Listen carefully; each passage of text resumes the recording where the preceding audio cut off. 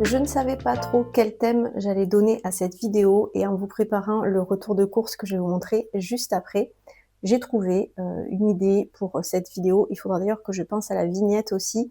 Je pensais vous proposer un thème autour de l'alimentation variée, équilibrée, mais qui reste facile et accessible en vous proposant des alternatives pour trouver des produits à un budget plus raisonnable. Donc je vous partagerai ces quelques astuces déjà dans le retour de course et puis au fur et à mesure de la vidéo quand on va partager les recettes ensemble. Pour moi, c'est une semaine un petit peu compliquée, chargée parce que j'ai tous mes contrôles de santé à faire en ce moment. Donc je vais vous faire une vidéo comme je vous ai fait récemment, la précédente aussi, face caméra, même si c'est pas vraiment facile pour moi, je suis pas très à l'aise, des fois il faut que je m'y reprenne un petit peu, mais après au niveau du montage, ça me fait gagner énormément de temps. D'ailleurs, je vous remercie pour votre soutien pour la vidéo sur la ménopause et aussi la toute dernière vidéo, celle de dimanche dernier. On a déjà dépassé les 10 000 vues, donc ça c'est super. Je vois que c'est des thèmes qui vous plaisent, où je vous explique beaucoup de choses, où c'est un petit peu comme une formation. Et je vois dans les statistiques que vous êtes vraiment présente, vous restez longtemps dans la vidéo. Je vois aussi mon audience essentiellement que des femmes qui ont 40 ans et plus. Donc je vais vraiment continuer de m'adapter à vous, de vous proposer des recettes équilibrées qui soutiennent votre système hormonal. Et je vous dirai honnêtement, quel que soit l'âge d'une femme, il est vraiment important de manger équilibré.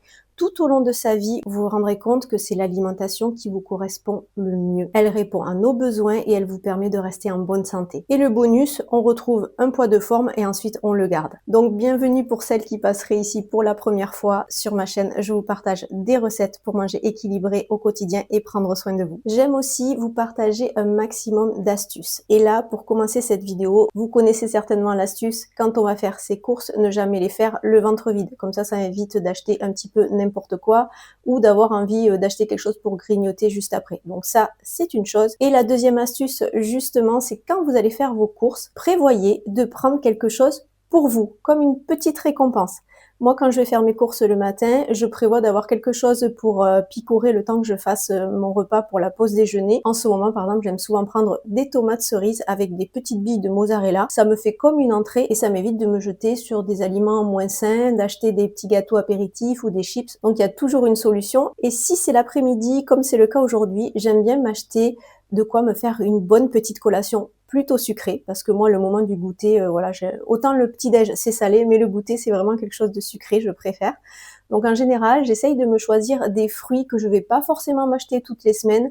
J'aime beaucoup les mangues, les fruits rouges comme les framboises, les myrtilles, ou alors aujourd'hui j'ai pris des abricots, donc on va partager une recette ensemble avec des abricots pour se faire une bonne collation. Donc pensez-y la prochaine fois que vous allez faire vos courses, c'est vrai, pas le ventre vide, mais prévoyez de vous prendre un petit quelque chose pour vous. Pour cette collation bien méritée, déjà je vais sortir de la jolie vaisselle, pensez-y, le visuel c'est très important. Je vais prendre deux petits Suisses, ceux-là je les ai trouvés chez Intermarché, je les prends en bio. Tout ce qui est produits laitiers et en particulier de vache, je favorise les bio. Pour apporter une touche gourmande à cette collation, j'ai acheté du miel de lavande. Alors là, c'est vraiment, voilà, c'était la récompense parce que ce truc-là, ça coûte un bras. Mais je voulais vraiment faire une collation gourmande aux saveurs de Provence, on va dire. Mais sinon, vous pouvez trouver ce miel-là. Je vous l'ai déjà montré que je prends chez Lidl. C'est du miel de fleurs crémeux français et responsable. Il est moitié prix. Je vais rajouter au petit Suisse des abricots. Voilà, c'est vraiment le fruit qui me fait plaisir cette semaine. Et par-dessus, on mettra des oléagineux. Ah non, on va plutôt mettre de la purée de pistache. Je vous ai déjà montré des recettes avec de la purée de pistache. Il m'en reste, donc on va en profiter parce que abricot, pistache, c'est quand même délicieux. Et si vous voulez partir sur quelque chose de plus économique, à ce moment-là, remplacez la purée de pistache par des oléagineux entiers comme des amandes ou des noisettes. Abricot noisettes, c'est super bon. Alors je commence par mélanger les petits suisses. L'odeur du petit suisse, en fait, c'est crémeux. Il y a une odeur de crème, c'est vraiment appétissant. Je vais rajouter une petite cuillère de ce miel extraordinaire. À ce prix, un peu plus de 8 € le pot. Il a intérêt à être bon. Je vais rajouter les abricots. Il a l'air bien mûr celui-ci. Je vais commencer par ceux qui sont les plus mous. C'est tellement beau. J'espère qu'ils vont être bien sucrés, hein, parce que moi, ceux de l'abricotier, normalement, ils sont bien sucrés. Hein. J'ai pas envie d'être déçue. Donc les abricots, pour une portion, c'est 2 abricots, hein, parce que c'est petit comme fruit.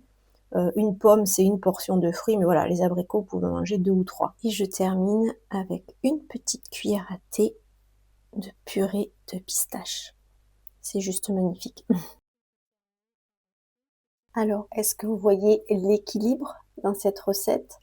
Le petit suisse, ça vous apporte des protéines. On est à plus de 10 grammes. Là, avec la quantité que j'ai mis, plus de 10 grammes de protéines. On a des glucides avec les fruits, donc on est sur des fruits entiers. Il y aura les fibres, donc c'est une excellente source de glucides. On a des lipides avec la purée de pistache qui est aussi protéinée. Donc on retrouve tous les groupes alimentaires dans cette collation bien méritée. Canaille.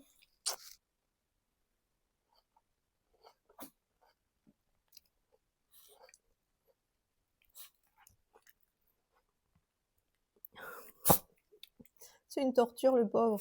Cette collation est vraiment un petit délice.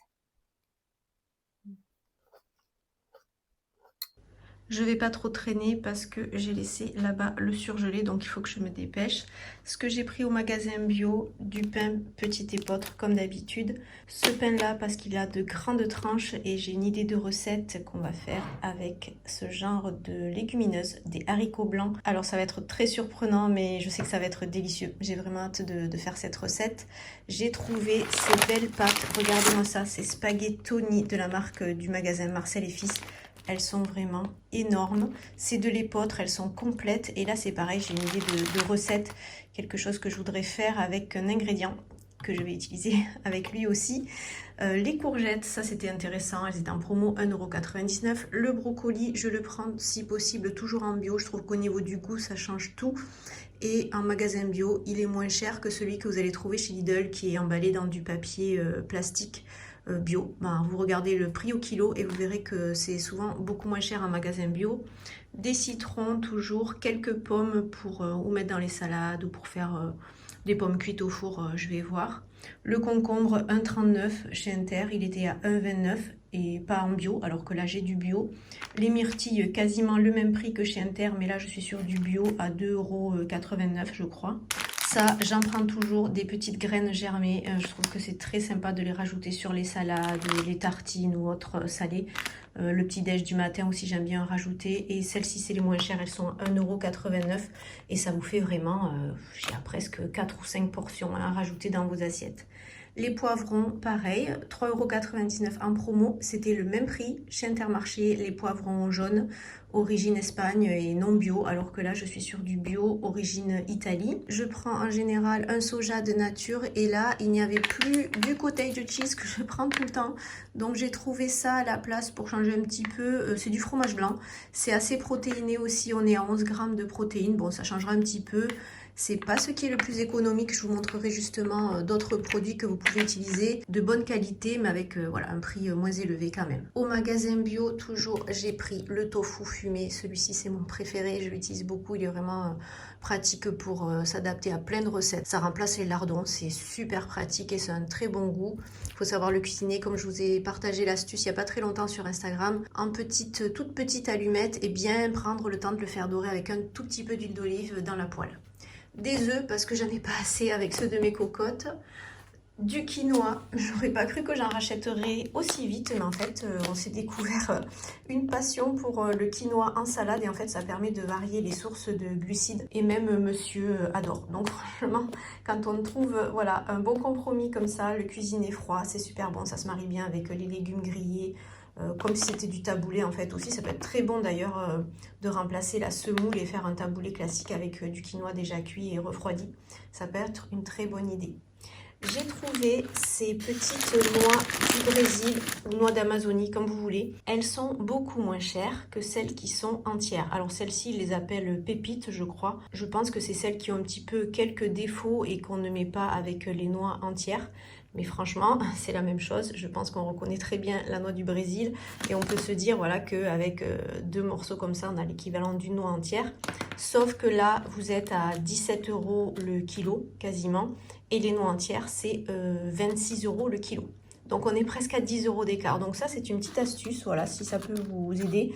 On peut manger sain et trouver des petites astuces pour que ça reste plus raisonnable au niveau du prix. Et ensuite chez Inter, une belle tomate côtelée, regardez comme elle est magnifique. Ça c'est pareil pour une idée de recette. Du fenouil, des aubergines, avocats, du chou chinois, parce que ça c'est toujours pratique d'en avoir dans le fond de son frigo, ça se garde assez longtemps. Et après, une fois que j'ai utilisé tous les légumes un peu plus sensibles, je tape dans le chou chinois. J'ai dû acheter des abricots, à mon grand malheur. Oui, parce que cette année, l'abricotier ne m'a rien donné. Mais alors, aucun fruit. Je l'ai taillé à la fin de l'hiver, avant le printemps quand même, pour essayer de faire ça comme il faut. J'ai eu plein de fleurs. Les abeilles, il y en avait de partout qui venaient les butiner. Il n'y a pas eu une seule gelée. Et pourtant, je n'ai eu aucun fruit. Mais alors, vraiment rien. Je suis dégoûtée. Donc voilà, j'ai quand même acheté quelques abricots, c'est plus de 5 € le kilo. Et j'avais trop envie de les goûter et de vous proposer une recette que je vous aurais filmée juste avant, je pense. Ensuite, du miel de lavande pour cette recette. Alors j'ai pris celui-ci parce qu'il vient de Soliespont, juste à côté de chez moi. Mais je vous aurais expliqué dans la recette une autre alternative parce que celui-ci quand même il coûte un bras. Il peut être bon, je l'espère. Ensuite, du chocolat noir bio 85%, cette marque de chez Intermarché. Je vous en ai déjà parlé, elle est vraiment super parce qu'au niveau de la composition, c'est pâte de cacao, beurre de cacao et sucre. Voilà, il n'y a pas de lécithine, c'est un très bon produit. Il est un tout petit peu plus cher que celui que je prends chez Lidl, il est à 2,12 €. Mais en plus, il est très très bon, donc franchement, celui-ci, je vous le recommande. Et il est aussi en 70% ou 74%, je crois. Donc ça, c'est pas mal du tout. J'ai pris une boîte de thon à l'huile d'olive parce que ça dépanne au niveau des protéines. Des petites asperges en conserve, pareil, ça peut aider pour faire des petites pauses déj express quand on n'a pas trop de temps. Du fromage blanc et j'ai pris aussi des petits suisses. Alors, on va dire que ça, c'est le produit le plus cher. Ensuite, vous avez celui-ci qui est un très bon compromis, tout aussi protéiné. Et sinon, vous pouvez prendre du fromage blanc, c'est beaucoup moins cher. En plus, celui-ci, il est à 0% de matière grasse. Donc, c'est assez intéressant si on veut rester raisonnable sur les lipides. Et ça contient aussi des protéines. Alors, on est à 7,8 grammes au 100 grammes. Mais si vous en prenez voilà, 120, 130 grammes, on est presque à 10 grammes de protéines pour un petit déjeuner ou une collation. Et c'est beaucoup moins cher.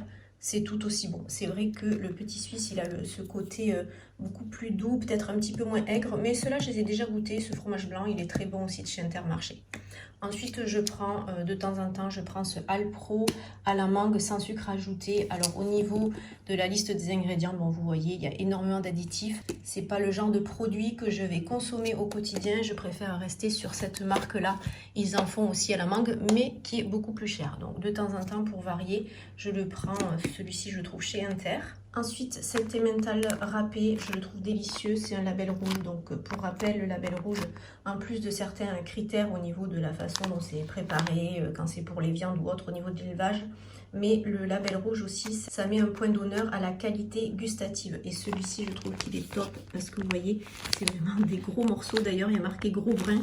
Et il est délicieux pour faire des gratins ou des tartes salées. Donc je prends toujours celui-ci. Après, la truite fumée. Là, il y avait une promo. En plus, on est sur un gros paquet à 120 grammes, je crois. Et c'était à peu près dans les 5 €.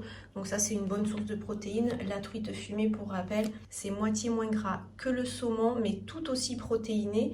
Et en plus, celle-ci, elle est élevée dans les Pyrénées. Donc on n'a pas le problème des élevages intensifs, Norvège ou autre, qu'on a avec le saumon. Donc ça, c'est un très bon compromis pour pouvoir manger du poisson gras et rester sur quelque chose de qualité. Et ça me dépanne aussi, j'en prends un paquet. On est sur un produit transformé, on est d'accord, mais qui est très riche en protéines, ça dépanne. Pareil pour les pauses déj express, quand j'ai pas trop le temps de cuisiner une autre protéine, ça c'est vraiment pratique.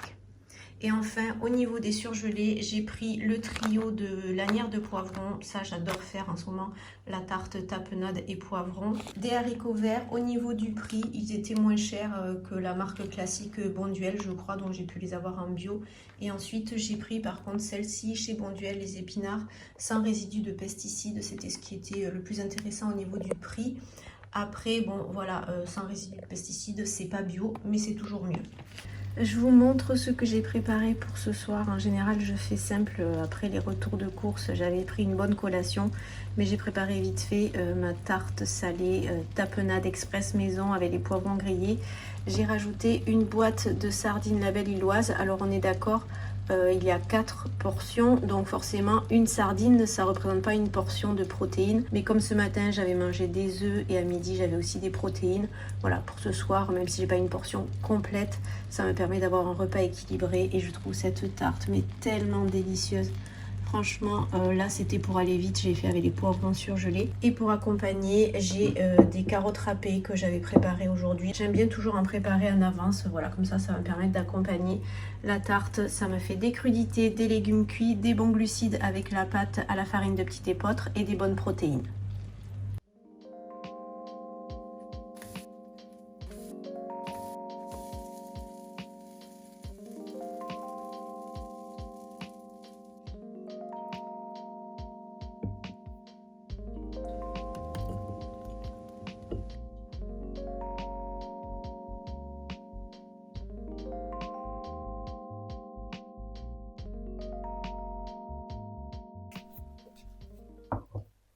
J'ai commencé à sortir tout ce que j'ai besoin pour la recette de la pause déjeuner, mais avant, je vais préparer une partie de la recette pour ce soir, donc avec les haricots blancs que je vous ai montré dans le retour de course, parce que je veux que ça soit bien frais d'ici ce soir justement. J'ai rincé et égoutté les gros haricots, ils sont vraiment super ceux-là, ceux de la marque Luce qu'on peut trouver en magasin bio, ils sont vraiment bien gros et ils se tiennent bien, ils sont fermes. Après, par souci d'économie, vous pouvez les préparer vous-même, acheter des haricots secs. Après, ça demande un peu plus de temps et d'organisation. Alors, vous allez voir la recette pour ce soir. Elle est super pratique, c'est vite préparé. Je fais juste ça en avance parce que, comme je vous expliquais, je veux que ce soit bien frais. J'ai mis les haricots dans le saladier. Je vais rajouter une grosse cuillère de ce pesto. C'est un pot que j'ai depuis des mois dans mon placard. Il faut vraiment que je l'utilise.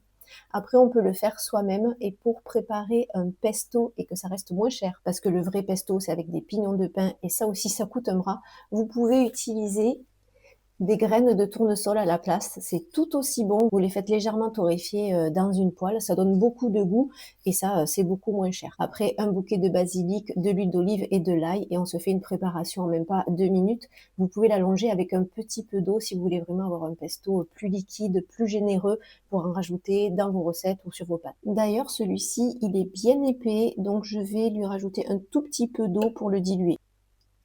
Ça sera plus facile pour bien le mélanger avec les haricots. Je le rajoute dans le saladier avec du jus de citron frais. J'en mets un peu partout. Je mélange et je n'ai pas rajouté de sel parce que, comme je vous l'expliquais d'ailleurs dans ma précédente vidéo, dans la conserve, les haricots ont déjà été cuisinés avec du sel. Donc, il n'y a pas besoin d'en rajouter. Je préfère garder à la fin, quand je vais dresser mon assiette, je rajouterai un tout petit peu de fleur de sel. Je vous montrerai, j'ai un produit que j'ai envie d'utiliser, de la fleur de sel au citron, ça sera parfait pour cette recette. En attendant, je couvre, j'ai un petit couvercle qui va pile dessus et je réserve au réfrigérateur, comme ça sera bien frais d'ici ce soir.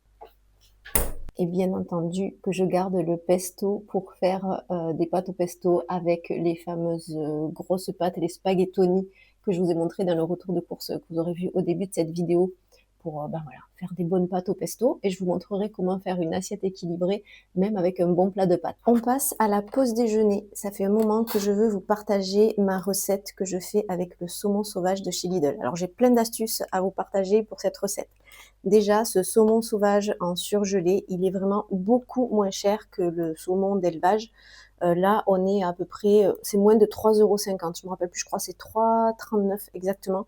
Les deux pavés de 125 grammes. Il fait 250 grammes, le paquet, il y en a deux. Donc ça, c'est super intéressant. Je crois que le saumon classique, c'est je crois que c'est maintenant presque 6 € les deux morceaux de pavé de saumon, donc c'est quand même beaucoup moins cher d'utiliser celui-ci. Il est beaucoup moins gras, donc ça peut être intéressant. Il en contient un petit peu, mais on profitera puisque c'est du bon gras. Ensuite, autre astuce pour qu'il reste bien moelleux, parce que justement, il a beaucoup moins de gras que le saumon d'élevage. Je vais le faire pocher dans de l'eau. On va préparer un bouillon, mais express, vous allez voir, hyper simple pour pouvoir lui donner du goût. Et en fait, ça permet de réussir la cuisson à tous les coups. Il reste tendre et moelleux parce que c'est le genre de poisson, si vous le faites au four, faut vraiment pas vous louper au niveau du temps, sinon après c'est sec et c'est pas beau. Donc je vais vous montrer comment je prépare ça et une des dernières astuces à vous partager dans le bouillon, je vais utiliser des feuilles de laurier. Alors moi j'ai le laurier dans le jardin, mais ça en général on peut en trouver dans les rayons épices. Il est séché en général, donc là vous voyez les feuilles sont bien tendres. Je vais les casser dans le bouillon pour que ça le parfume avec les autres aromates, je vais vous montrer. Mais ça permet de réduire l'odeur du poisson, mais vraiment c'est incroyable. Déjà le fait de faire pocher le poisson, comme c'est dans l'eau, ça va emprisonner l'odeur, ça ne va pratiquement pas sentir dans votre maison. Et si vous êtes une adepte du poisson à la poêle, à ce moment-là, pensez à rajouter dans le fond de votre poêle une feuille de laurier. Je vous assure, essayez, c'est impressionnant. Ça enlève vraiment les odeurs du poisson dans votre maison. Vous verrez, ça a une différence incroyable avec la feuille de laurier dans le fond de votre poêle. Donc pour le bouillon, j'ai déjà fait chauffer de l'eau dans la bouilloire pour gagner du temps. Je rajoute 2 feuilles de laurier. Et au niveau des autres aromates, on va faire simple. Je rajoute une grosse cuillère de ce mélange d'aromates secs de chez Lidl, c'est la persillade. Une grosse cuillère d'aneth séchée. Avec le poisson, l'aneth c'est parfait. Et une grosse cuillère d'estragon. Au niveau des aromates, je trouve que c'est ce qui se marie le mieux avec le poisson. Après, faites selon vos goûts. Je termine l'assaisonnement avec 2 grosses cuillères à soupe, enfin juste ce qu'il me reste, de sauce soja pour parfumer le bouillon. Ça sert d'exhausteur de goût et ça le salera du coup, pas besoin de rajouter d'autres sels. Je laisse infuser tout ça quelques minutes. Et pendant ce temps, dans une grande poêle, je vais préparer un écrasé de patates douces et de courgettes. Donc je mets un tout petit peu d'huile d'olive pour que ça donne du goût à cet écrasé de patates douces, mais je rajouterai un tout petit peu de beurre à la fin quand on dressera dans l'assiette. Je ne sais pas si vous entendez, mais je reste toujours sur un feu doux. Mon huile d'olive, je ne la fais pas trop chauffer. Ça crépite à peine.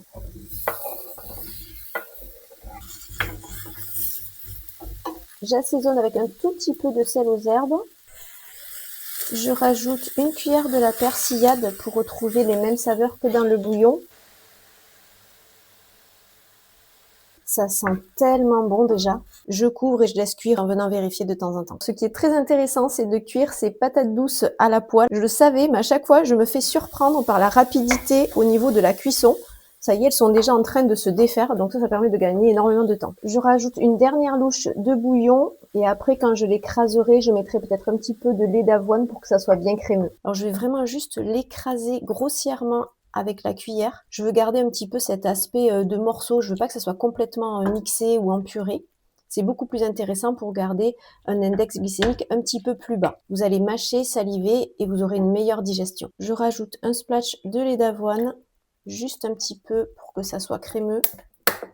Celui-ci, il est pas mal, il est sans sucre ajouté, mais même sans sucre. Quand vous regardez le tableau des valeurs nutritionnelles au niveau des glucides, dont sucre, il n'y a rien, je crois, 0,1. Je trouve que pour les recettes salées, ça s'y prête mieux en fait que le lait d'avoine normal qui a un petit goût sucré quand même. Au dernier moment, je fais pocher le pavé de saumon. Je laisse au moins 5 minutes à petit bouillon et je viendrai vérifier la cuisson. Et pour accompagner mon assiette, je prépare une sauce blanche avec ce fromage blanc que j'avais trouvé au magasin bio. Il est sans lactose. J'assaisonne avec un tout petit peu de sel aux herbes, du jus de citron et je vais rajouter les mêmes aromates que j'ai mis dans le bouillon. Comme ça, il y a vraiment toute une harmonie de saveurs entre l'écrasé de patates douces aux courgettes, le poisson poché et la sauce blanche. C'est bon, on peut dresser l'assiette. Pour le poisson, j'ai vérifié 5 minutes, la cuisson est parfaite. La noix de beurre sur l'écrasé de patates douces et de courgettes. On va pimper tout ça avec quelques graines germées et des petits radis. Et je vais terminer avec cette fleur de sel au citron. Et quand même un petit filet d'huile d'olive sur le saumon. J'ai été bien généreuse. Et voilà.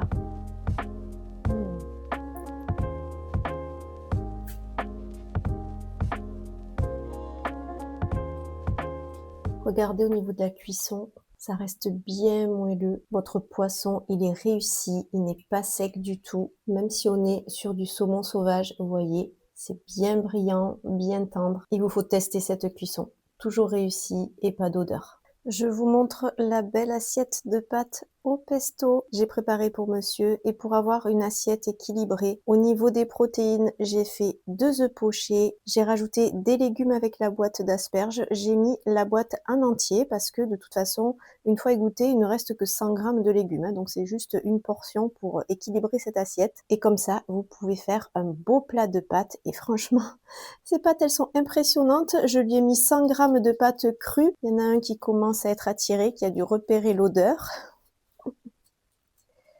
Donc j'ai mis 100 grammes de pâtes crues et elles sont tellement grosses, on dirait à la fin peut-être que ça remplit pas l'assiette, mais du coup il y aura vraiment une belle portion. Et au niveau de la cuisson, pour vous donner une idée, elles sont tellement grosses, j'ai presque laissé 20 minutes pour qu'elles restent cuites et encore un petit peu al dente. Tu valides? Oui. On va pouvoir préparer la recette des haricots qui ont bien refroidi, ça sera bien frais pour le soir, ça va être top. J'ai déjà préparé la tomate pour accompagner cette recette, donc la grosse tomate que je vous ai montrée dans le retour de course, j'ai mis la moitié avec la moitié d'une mozzarella qui me restait dans mon réfrigérateur. Et là, je vais faire toaster une tranche de ce pain. Je voulais juste vraiment une belle tranche pour finir mon assiette. Donc là, je la fais toaster. En fait, le but, c'est d'avoir la tranche de pain, c'est super chaud, grillée, donc bien chaude, et de mettre par-dessus les haricots qui sont bien frais pour jouer sur ce contraste. Parce qu'il y aura le croustillant de la tartine de pain et les haricots assaisonnés au pesto qui vont être frais, mais la chaleur du pain va faire ressortir toute la saveur justement du pesto qu'on a utilisé pour assaisonner les haricots. Je vais juste la frotter avec une petite gousse d'ail. Ça, c'est optionnel, hein. Si vous n'aimez pas, vous n'êtes pas obligé. Je trouve ça tellement bon, le pain grillé avec de l'ail. D'ailleurs, en Espagne, on fait le pain frotté avec de l'ail comme ça et de la tomate, de l'huile d'olive, c'est délicieux. Donc là, je vais pas trop traîner pour qu'il reste bien chaud. J'assaisonne les tomates avec cette fleur de sel. Qu'est-ce que c'est bon ça. Même pourtant, le sel rose que je mets dans le moulin, là, la fleur de sel, c'est tellement délicat. J'avoue que là, sur les tomates, ça va être parfait. Je rajoute un petit filet d'huile d'olive quand même. Et je vais rajouter les haricots par-dessus. Alors après, si c'est cette recette, elle vous fait un peu peur au niveau de la consistance, le pain avec les haricots en entier, ce que vous pouvez faire, c'est tout simplement les mixer, faire comme du houmous de haricots blancs avec les mêmes ingrédients, hein. Vous rajoutez le pesto et ça vous fera une tartine comme vous faites du houmous avec des pois chiches. Mais là, ça permet de changer un petit peu. Ça sera plus doux au niveau du goût, peut-être même un peu plus onctueux. Donc à tester. Ça vous fait 2 idées de recettes en fait. Ah oui, quand même, je vais rajouter du vinaigre balsamique, hein, la base. Tomate, mozza, un bon vinaigre balsamique par-dessus. Je vais rajouter quelques feuilles de basilic pour vous faire la photo de la miniature. Ça sent super bon déjà. C'est bien frais. On a juste le pain qui est chaud et croustillant pour jouer sur les contrastes et faire ressortir toutes les saveurs.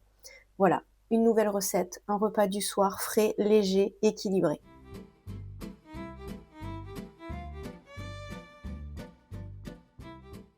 On termine la semaine avec la fin de cette vidéo, on y est arrivé. J'espère que vous aurez eu un maximum d'idées pour composer vos menus cette semaine. Vous avez vu, on peut trouver de bons compromis pour garder une alimentation équilibrée, même avec un budget plus raisonnable. Il y a des choses qu'on n'achète plus ou qu'on va acheter moins pour trouver cet équilibre. Moi, en ce moment, j'achète beaucoup moins de volaille. Pour les protéines, j'utilise essentiellement des œufs, les poissons gras, du tofu, les protéines végétales. Vous avez vu, je vous ai encore partagé une recette. Il faut s'habituer à les intégrer un petit peu plus toutes les semaines. C'est une très bonne source de protéines. Ça permet de varier. On arrive à trouver un équilibre. Concernant tout ce qui est fruits et légumes, prenez le temps de regarder les prix. En fait, d'un magasin à l'autre, franchement, Lidl peut être intéressant, mais des fois, en magasin bio, s'il y a des promos, c'est pas mal du tout. Dans les grandes surfaces comme Intermarché, Carrefour, Leclerc, voilà. Alors c'est vrai qu'en fonction de là où on habite, on va s'adapter. Au final, manger sain et équilibré va plutôt dépendre de notre organisation. Il faut prendre le temps de se poser. Où est-ce que je peux aller faire mes courses pour trouver tout ce que j'ai besoin à un budget raisonnable en fonction de ce que j'ai autour de chez moi. Je vous souhaite une bonne semaine. On se voit la semaine prochaine, dimanche à 18 h. Normalement, ça devrait être plus facile pour organiser les vidéos la semaine prochaine. Ça y est, d'ailleurs, j'ai fait tous mes contrôles. Tout est OK. Prenez soin de vous et en attendant, on peut se retrouver sur Instagram où j'essaye de vous partager au quotidien des astuces santé, bien-être et toujours de bonnes petites recettes pour pouvoir manger équilibré au quotidien.